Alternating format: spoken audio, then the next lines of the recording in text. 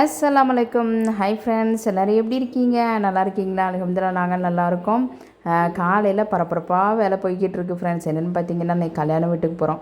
அதனால் என்னுடைய ஹப்பிக்கு இன்றைக்கி வேலை. அதனால் அவங்க வேலைக்கு போகணும். நான் டிஃபன் பாக்ஸுக்கு பருப்பு, ரசம், சோறு எல்லாம் வச்சு அப்புறம் காலையில் பிரேக்ஃபாஸ்ட்டுக்கு வந்து சிம்பிளாக முடிச்சுக்கலாம் அப்படின்ட்டு என்ன செய்யலான்னு ரொம்ப யோசனை பண்ணி பார்த்த பிறகு புட்டு வைக்கிறது ரொம்பவே ஈஸியாக மட்டும் இல்லாமல் எனக்குமே ரொம்பவே பிடிக்கும். அதனால் எனக்கு பிடிச்ச பிரேக்ஃபாஸ்ட் ரெடி பண்ணிடலாம் அப்படின்ட்டு ஒரு பக்கம் புட்டு அவிக்கவும் ஸ்டார்ட் பண்ணியாச்சு. அதுக்குள்ளேயும் தங்கச்சி பசங்க எல்லாருமே வந்தாச்சு. கல்யாண வீட்டுக்கு அவங்கெல்லாம் கிளம்பியாச்சு. அதோட என்னுடைய பொண்ணையுமே இந்த வேலை பார்த்துக்கிட்டு இருக்கும்போது அவங்களுமே ரெடி பண்ணி விட்டாச்சு. அவங்கள குளிக்க ஊற்றி அவங்களுக்கும் ட்ரெஸ்ஸை மாற்றி விட்டேன். அவங்களுக்கு அவுட்ஃபிட்டு தான் ஃப்ரெண்ட்ஸ். அவங்களுக்கு தான் கொஞ்சம் டைம் எடுக்கும். ஏன்னா அவங்கள குளிக்க ஊற்றி அதுக்கப்புறம் வளையல் அதுக்கு காஸ்மெட்டிக்ஸ் எல்லாம் போட்டு அவங்களே ரெடி பண்ணி வச்சாச்சு. அதுக்கப்புறம் பார்த்திங்கன்னா எங்கள் அம்மாவும் வந்தாச்சு. அம்மாவோட அவுட்ஃபிட்டும் என்னுடைய பொண்ணோட அவுட்ஃபிட்டுமே ரெண்டுமே ஒன்று தான். காலையிலலாம் பிரேக்ஃபாஸ்ட்டை முடிச்சுட்டு அப்படியே கிளம்பியாச்சு கல்யாண வீட்டுக்கு. என் தங்கச்சியும் வந்தாச்சா, பரபரப்பாக கிளம்பியாச்சு. இது வந்து என்னுடைய பெரியப்பா மகளுக்கு கல்யாணம். அதனால் சீக்கிரம் போகணும். 9 மணிக்கே எல்லாமே ரெடி பண்ணி முடித்து பசங்களையும் ரெடி பண்ணியாச்சு. ஏன்னா போகணும், காலையிலே வர சொல்லியாச்சு. அதனால் 9 மணிக்கு வேன் வந்துடும், நீங்கள் வந்துடுங்க அப்படின்ட்டு. வேன்னொன்னே பிள்ளைங்க ரொம்ப ஹாப்பியாகவே கிளம்ப ஆரம்பித்தாங்க. ஏன்னா பக்கத்தில் கல்யாண மண்டபத்துக்கு போகிறத விட இந்த வேனில் போகிறது ரொம்பவே நல்லா இருக்கும்ல.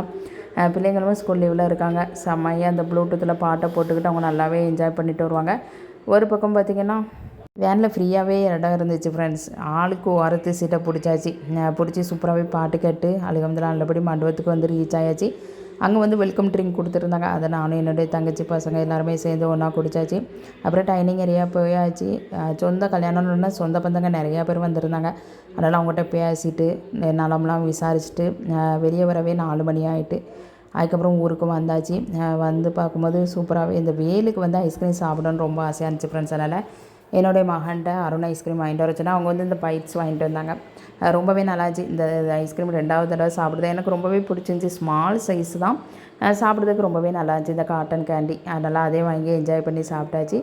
அதுக்கப்புறம் பார்த்திங்கன்னா வீட்டில் வந்து சூப்பர் மார்க்கெட்டில் ஐஸ்கிரீம் வாங்கிட்டு வரும்போது ஆக்டிவ் பாப்கார்ன் வாங்கிட்டு வந்துருந்தான். சரி, பிள்ளைக்கு பிடிச்ச மாதிரி அதை ரெடி பண்ணி கொடுக்கலாம் அப்படின்ட்டு அவங்களுக்கு ரெடி பண்ணி கொடுத்துருந்தேன். அவங்க ரூமில் போய் அவங்களோட தங்கச்சோட என்ஜாய் பண்ணி சாப்பிட்டுக்கிட்டு இருந்தாங்க. அதுக்கப்புறம் வீட்டில் வந்து அப்புறம் டீ போடக்கூடிய டைமும் வந்துட்டு பருப்பு கொஞ்சோண்டு இருந்துச்சு. சரி, அதை சூடாக்கி வச்சிடலாம் அப்படின்ட்டு ஒரு பக்கம் சூடாக்கி வச்சுக்கிட்டு இருந்தேன். கிச்சன் இப்படி தான் இருக்குது ஃப்ரெண்ட்ஸ். வந்து பார்த்திங்கன்னா காலையிலே அப்படியே பறக்க ஒன்றதை அப்படியே பாத்திரம்லாம் சிங்கில் குமிஞ்சு கிடந்துச்சு. வந்து தான் கழுவுத மாதிரி இருந்துச்சு ஃப்ரெண்ட்ஸ். ஒரு பக்கம் பாத்திரத்தெலாம் நல்லா சூப்பராகவே கழுவிட்டு முட்டையை வச்சு குருமா ரெடி பண்ணிவிட்டு மாவு இருந்துச்சு வீட்டில். இட்லி மாவு அரைச்சது அதில் தோசை மாவுல தான் பாக்கி. சரி, பிள்ளைங்களுக்கு கொடுத்துடலாம் அப்படின்னுட்டு அதை நானும் சாப்பிட்டாச்சு ஃப்ரெண்ட்ஸ். இந்த வீடியோ உங்களுக்கு பிடிச்சிச்சு லைக் பண்ணுங்கள்.